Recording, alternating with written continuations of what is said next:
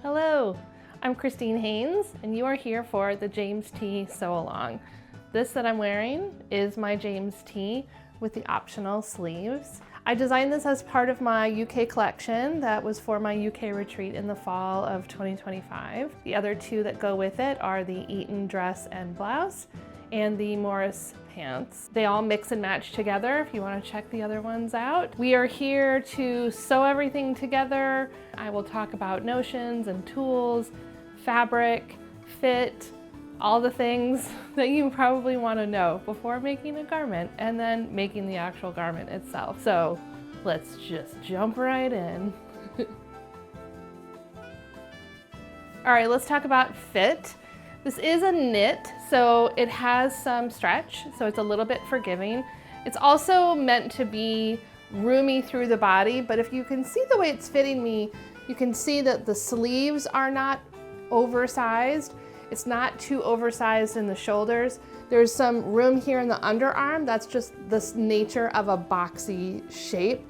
If that was too high up in my pit, it would feel uncomfortable, and this area would pinch and be weird. So there has to be some excess in that underarm, but overall, it's not like oversized per se. That is obviously dealer's choice, right? Like you could choose to make a much bigger size. This is the size that I fit into based on my body measurements, with one exception. The one exception is the sleeve.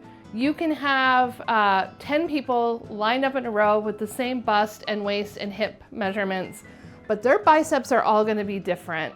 And that has no correlation with the rest of your body. You could be a size 0 from head to toe and have guns and need more room in the bicep. You can't assume that your bicep is gonna fit just based on the rest of the body.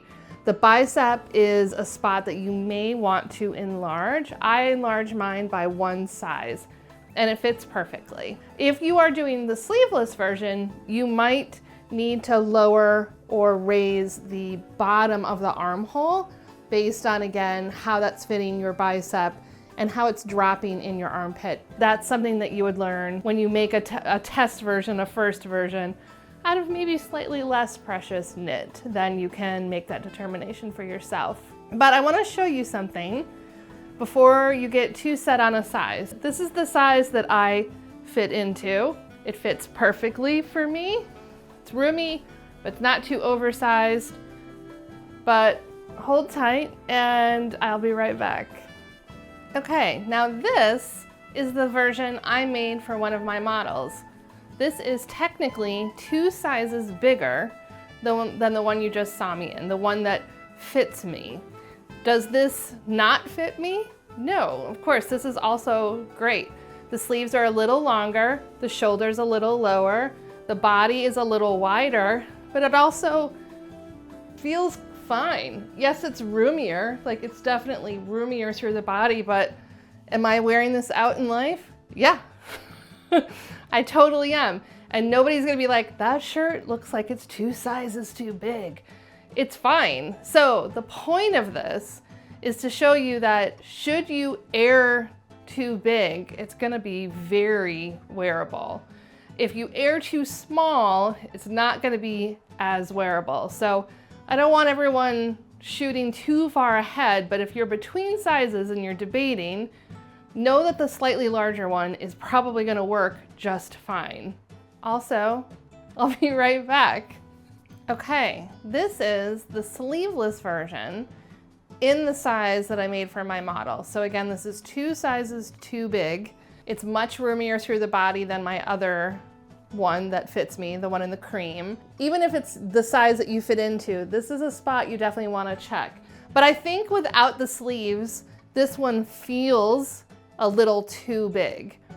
It feels like there's a lot of extra fabric in here because it doesn't have the sleeve on. So keep that in mind as well when you're thinking about the fit. One thing that this can be great for is layering over something else.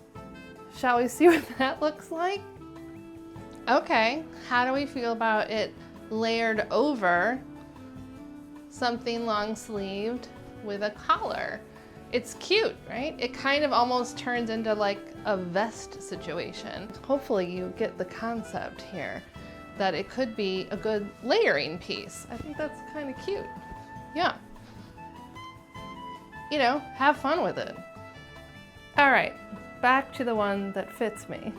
Again, there are a lot of different directions you can go with fit here. I've also made this as a dress, just as the pattern itself lengthened, and I made those side vents much higher, and I've just literally just lengthened it. Also, I've merged it with the Friday Pattern Company Do dress, and I essentially put that neckline on this garment as a dress. Don't be afraid to experiment and merge patterns together, even if they're not from the same company. So how about we get to it? On to the next. All right, let's talk about fabric. This green stripe here is the same French terry that two of the versions you just saw me in. It's got a loop back. It's from Lyrical Fabrics. It has a really nice stretch and drape. It's not too heavy, it's not too light, it's kind of squishy. It's ideal. This solid is the same as the solid you watched me in. See, it has little peaks and crispness. It's a little less drapey, but good stretch. This is another jersey knit from Lyrical Fabrics. Soft, squishy. This grid is a wool blend. It has an interesting texture, decent stretch, and it's the one you're actually gonna watch me sew with. Less ideal knits are rib knits, those with holes in them like this one, or really stretchy, drapey like this rayon knit. You'll need some things on hand to make the pattern. First of all, you're gonna want your instructions. This has all the step-by-steps. You're gonna want your pattern printed full size, rotary cutter and scissors for cutting, as well as small scissors for trimming. Seam ripper, of course, is always handy. Seam gauge, tracing paper for tracing the pattern off, and a nice fine point pencil and ruler. Pattern weights. This is a nice double-sided sticky interfacing for hems, which you'll see me do later. Pins, of course, twill tape for our hem and for our shoulders. That should be 3/8 inch wide. Washi tape. And of course, the appropriate needles. You could use a twin needle, and you'll also need jersey needles for the machine. Hams and sleeve rolls for pressing, and of course, thread for your stitching. No matter the version you're printing, make sure the scale is correct at the very start. If you're doing the at-home version, you're gonna trim off the right and bottom margins on every page. You can reference the guide in your instructions to show you how the pages are to be laid out. And if you have any questions, the previous page shows how to print everything out step by step. We're gonna overlap the right and bottom of each page to come up with the diagram that is shown in the pattern. Tape them together, and this will turn into the entire pattern. Make sure all the lines line up so that everything is printed out exactly as intended. You'll keep going until the entire pattern is formed, and then you can trace it off in the size that you want to sew. In the size chart, you will see a bicep circumference. Depending on whether or not you're doing the short sleeve or the long sleeve, you want to think about where that's going to hit on your body and if you want to change the bicep. The sleeve cap you want to always leave alone. We really just want to be altering the side seam from the bottom of the sleeve cap down to the hem of the sleeve. You can very simply blend from the size that you're using to a larger size. You could also, as you can see here, just make the entire sleeve wider by going straight down to that angle point for the hem. Or, as you can see here, blend to 1 or 2 sizes larger and follow that all the way down. If you're making the sleeveless version and you want to raise or lower the bottom of the armhole, you simply need to move that bottom curve up or down. So here I'm measuring up 1 inch, and I'm simply drawing straight up and blending to that point, and then blending back down to the side seam. So I'm raising that armhole curve up by 1 inch. If you want to lower it, you'll do the same in reverse. Make sure you're going straight down from where that point is and blend the armhole down to that point, and again, blend it back to the side seam. You may want to change the length of your sleeves. To shorten, simply draw a line down from the length and shorten line, the amount that you wish to shorten. You're going to fold on the line that you drew, creasing it all along that line.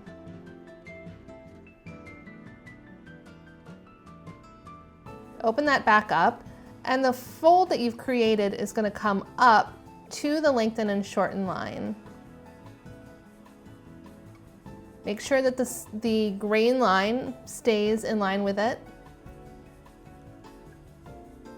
And here you can see me bringing that fold up to the lengthen and shorten line. There's a little bit of a jog there, so we need to blend the side seams to smooth out that transition. You'll need to do the same on the other side. Let's say you want to lengthen.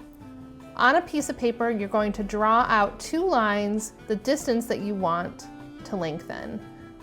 So here I'm lengthening by 1 inch.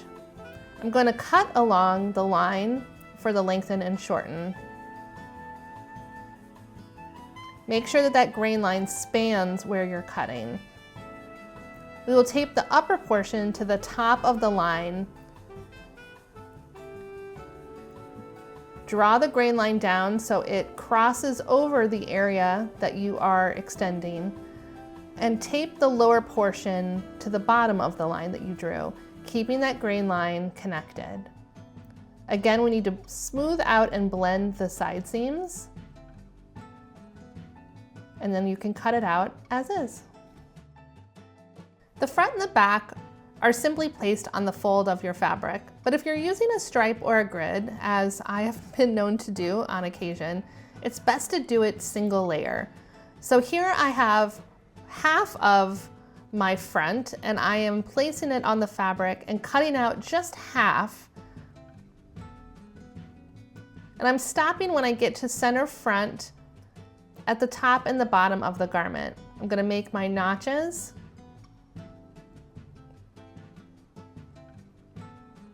I'm going to take off my pattern weights, disregard my pattern piece, and fold that half of the fabric over. This way I can line up the grid so that the grid that I've already cut out will seamlessly cross the garment to the other half of the front.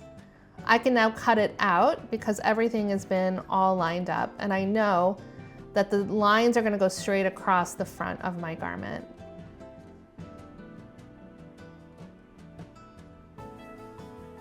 And voila, everything is perfectly in line. I want to repeat that with the back, but I want to use the front piece as a reference so that the grid also goes around the body seamlessly. So I'm laying it down on top of the pattern piece and making sure that everything lines up so it will go around the body. I can move that piece I've already cut out of the way and repeat the process of cutting with the back, just like I did with the front. Cutting it out single layer, folding the fabric over, cutting out the other half. And now the grid is seamlessly going to go around the entire garment. And you can see here, they all line up. For the sleeves, I'm not concerned about the connection of the sleeve to the garment, but I do want each sleeve to match each other. So I'm cutting them out individually as well. Very important to make sure that you're cutting out one with the pattern piece up and one with the pattern piece down. Here I'm simply using the first one that I cut out as a template to cut out the second one so that the grids match and they end at the same place on the hem. Before working with your knits, you really want to check how the stitches are going to go. Put it through your serger or your regular machine with a stretch stitch and just make sure that things are sitting the way you want. They shouldn't be too curved or ripply. I also want to check it with one layer, not just two, because I will be using my serger to finish the raw edges of my fabric. So I'm checking both ways, 2 layers and single layer, to make sure everything looks good. Before we get started with construction, the first step is to finish the edges. This is optional, but since they are just folded in and top stitched down, I prefer it. So I'm gonna finish the edge of the neckline, give it a good press, and the hems on both the sleeve and the garment so that they're nice and finished. If you're doing sleeveless, you're gonna wanna also finish that armhole as well. We will be sewing twill tape into our shoulder seams to give it some structure. Lay the front down first, right side up, and place the back on top, right sides together. Line up those raw edges at the shoulders and pin together, and repeat on the other shoulder. Cut some twill tape about 2 inches longer than your shoulder. We're gonna be sewing up to the neck and down from the neck. So the start will be on the far left of each of the shoulder seams because we want to sew with the back on top. So at the start of each shoulder, we're going to attach the twill tape to the shoulder, do a little back stitch, and this is just to hold everything in place before we take it to our serger. Make sure those edges are lined up and sew for about 1 inch. Even if you're using a regular machine for your stitching, for the stretch stitches, this is just a really helpful step because it holds everything in place at the start of each seam. Trim off that extra overhang twill tape and take it to your sewing machine, whether it's your serger or your regular machine with a stretch stitch. If you're using a serger, you will be trimming off part of the twill tape at the same time. And we'll sew this with a 3/8 seam allowance. That tail at the end will just get cut off, or you can snip it off later, and you can see it removes the stretch from the shoulder. It gives it a really nice, sturdy, structured shoulder. Repeat that on the other shoulder, and press that seam allowance towards the back. So the twill tape will be hidden behind the seam allowance when you look at it from the inside of the garment. The neckline is simply folded to the inside, wrong sides together, pressed and stitched in place. Because the curve is kind of sharp at the actual shoulder seam, it's useful to press the front and the back first and then do the shoulders last. Or you can do as I'm doing here and just go all the way around. But the shoulders can be a little bit tricky, so just be gentle. Use your iron, use your pressing ham and your seam gauge to make sure you're being consistent in how much you're folding. When you're done pressing, pin it in place all the way around. If you're going to use a twin needle, you need 3 spools of thread. 1 bobbin for the machine, 1 regular spool of thread for the top, and a spare spool of thread, which I'm using here as a bobbin. Put your bobbin into the machine like normal. The twin needle has 2 needles and a regular shaft, so it goes into the machine like normal. That shaft part will go up just like a regular needle will. Double check that the foot is wide enough and that the needle isn't going to hit. Thread both spools of thread at the same time, separate them, and put 1 into each needle. My machine doesn't seem to care which is which, but all machines are a little different. Pick up the bobbin thread like normal, and you're good to go. You can't sew from the inside, but I use this inside to tell me where I want to line up.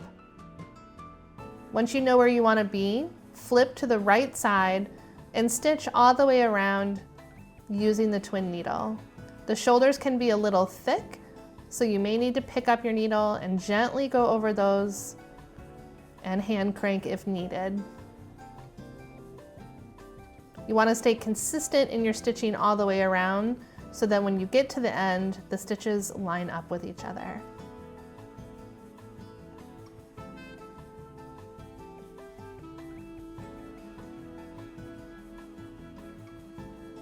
Before you reach the very end, I like to take my 2 outer threads and pull them into the inside. Wiggling the inner thread to loosen them so that I can just pull with a needle the 2 outer threads to the inside and tie them together in a knot. Some machines like doing a back stitch with a twin needle and some do not. It's a good thing to check in advance before you get to this point. My machine doesn't always love it, so I usually use this method where I knot my threads on the inside. But if you sew over that point, it can be hard to do this. So I pause before I overlap my stitching and knot these threads first. Now I can continue and line up my stitching with where I started.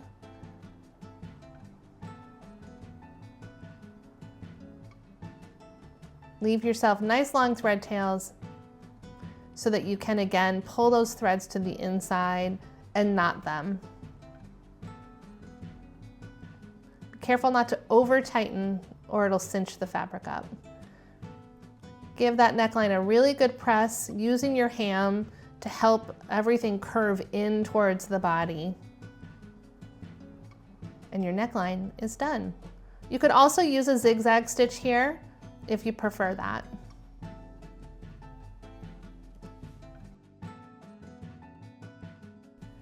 To put the sleeves on, have your garment sitting open, right side up. The U of the armhole should be in front of you. Place the sleeve down so that the curves are going in opposite directions. You want to make sure that the notches line up, so you should have single notches together and double notches together. First, we're going to pin the shoulder notch at the shoulder seam. Rotate the entire sleeve in one direction, doesn't matter which one you do first. Line up the notches. Again, single notches should match and double notches should match. And then line up the end of the seam and pin there as well. Once you are pinned at those 3 spots, you can now pin at the space in between.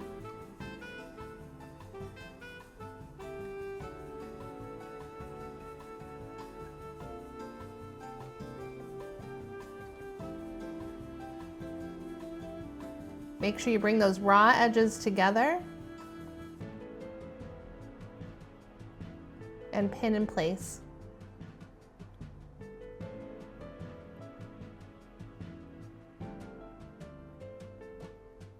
I'm going to pivot the entire sleeve in the opposite direction and repeat that. Again, find your notches and line them up. If you don't have single notches together or double notches together, you simply have the wrong sleeve for the armhole that you're working with. Pin at the notch and then pin at the end of the seam, and then again pin in between, making sure to keep those raw edges lined up together.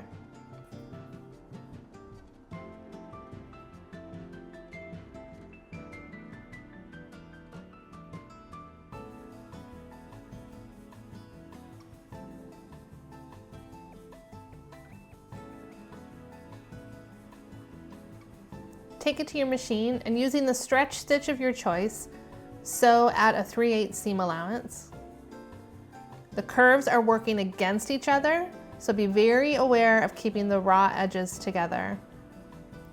Going over the shoulder seam can be quite bulky depending on the type of fabric you're working with, plus there's twill tape in there, so just be gentle as you go over the shoulder seam. Press that seam allowance towards the sleeve. Again, a ham is very useful here. And then repeat all of that with the other sleeve on the opposite side.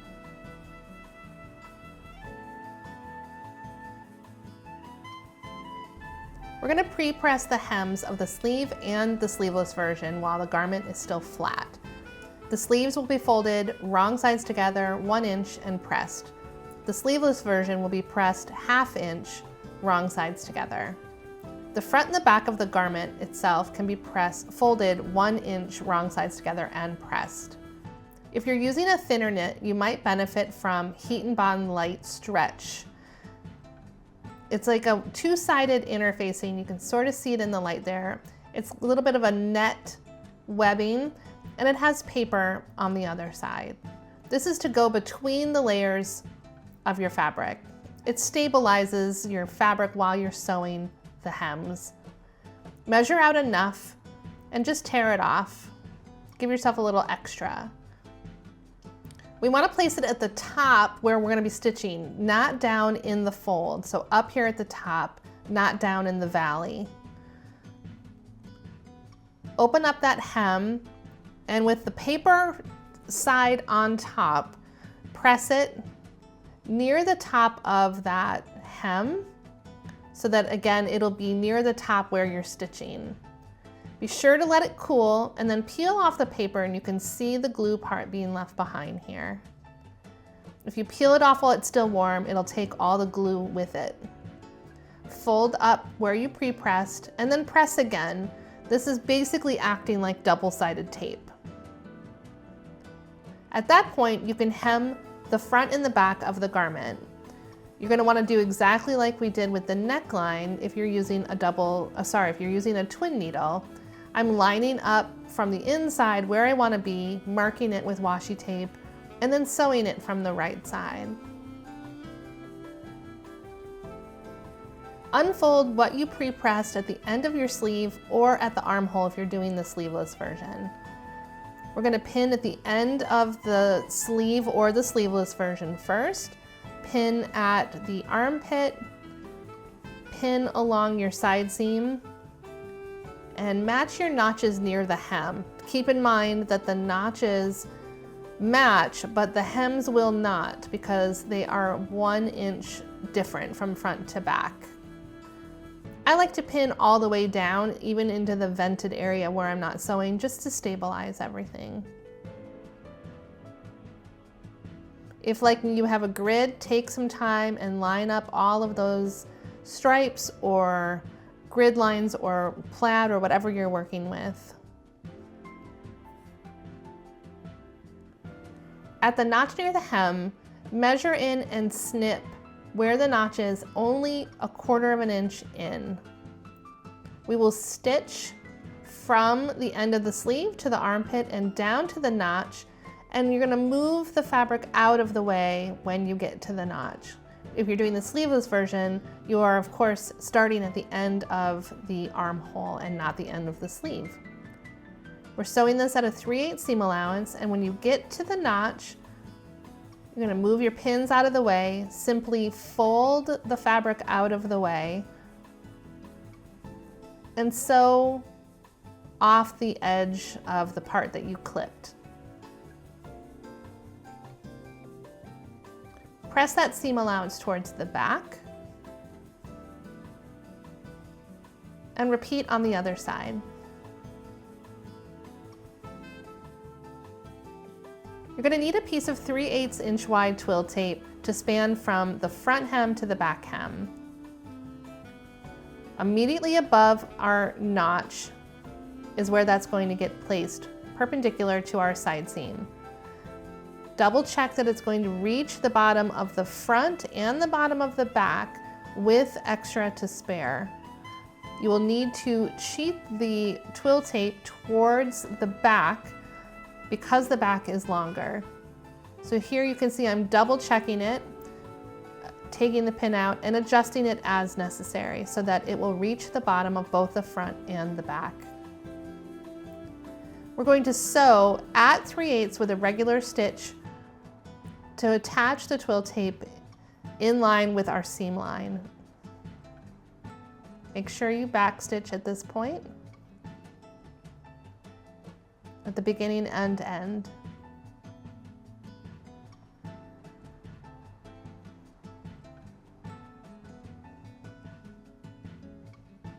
So here you can see the stitching is directly in line with the stitching of the seam itself. And again, it's placed immediately above the notch where we clipped. With the front on top, we're going to fold the front out of the way and just pin it so it's no longer in the way of what we're going to be doing.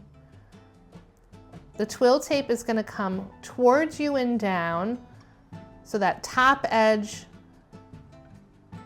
is coming to the inside and the bottom edge will line up with the actual fabric. Make sure that the little tab where we snipped is tucked neatly behind, and bring the twill tape down. Now, ideally it goes straight down and lines up with the raw edge of your fabric.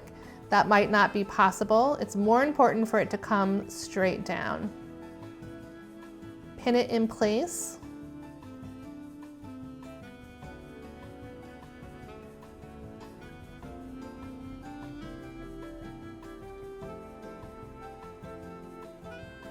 We're going to sew along the inside edge from the very top of this point down to the bottom, and you're edge stitching that inside edge all the way down.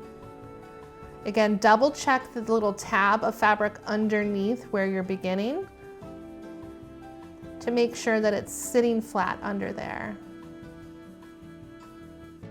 Do not trim the bottom of the twill tape at this point. Unpin that front that you were holding out of the way, flip the garment over, and now pin the back out of the way. We're going to repeat everything we did, but now with the front. Again, fold that twill tape towards you, pin it in place, and we're going to edge stitch that inner fold, or that inner edge, up to the very top. Again, double check that little flap of fabric underneath as you're stitching. This can be a little tricky, just do your best.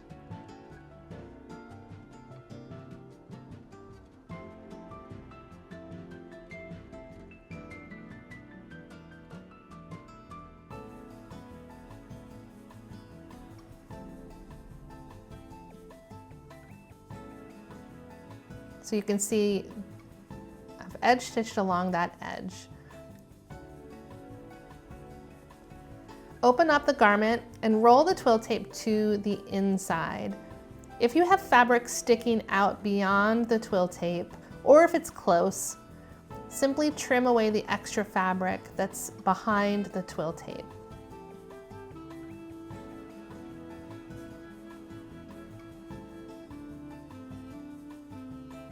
Be very careful not to snip anything else.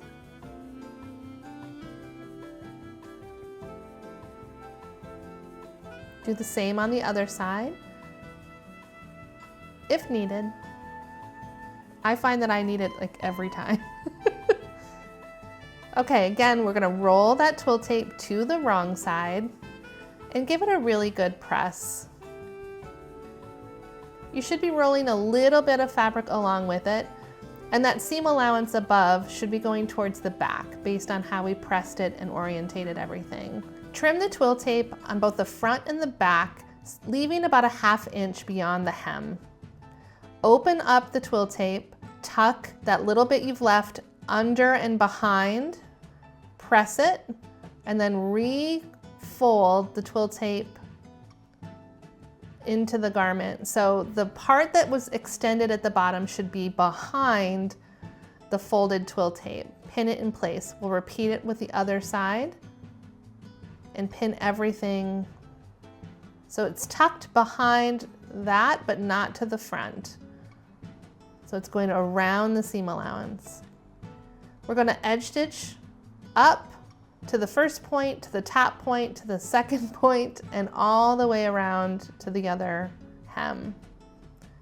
At each point, simply drop your needle, pick up your presser foot, and rotate. Take your time, stopping as close to each point as possible.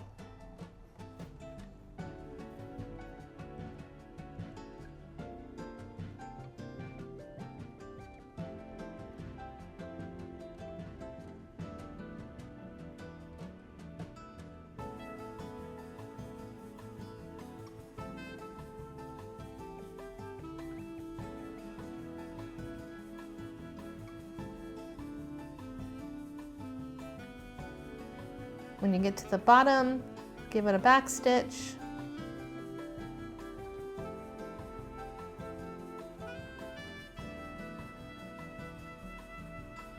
So here you can see the stitching from the front and a nice clean finish on the inside. At the top of the vent, we want to simply stitch straight across just to strengthen the opening.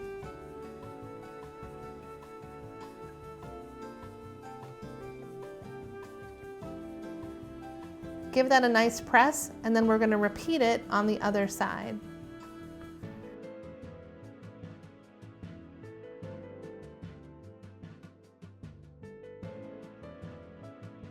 Again, make sure you have the front on top, and you're going to attach the twill tape with your 3/8 stitching.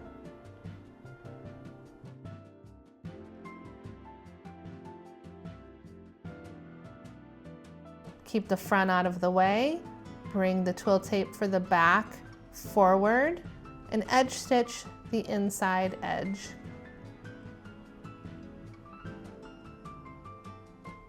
Unpin the front, flip it, pin the back out of the way, fold the twill tape forward for the front.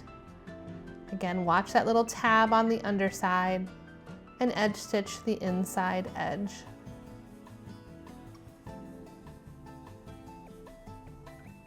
Roll the twill tape to the inside, trim, and finish exactly the same way you did on the other one. If you used Heat and Bond Light in the hem of your shirt, you may also want to use it here at the end of the sleeve. We've already pre-pressed, so now we simply need to twin needle it in place or zigzag if that's what you've been using. If you are doing sleeveless, you simply need to fold the pre-pressed part to the inside, just like the neckline, and again, stitch it in place using twin needle or zigzag.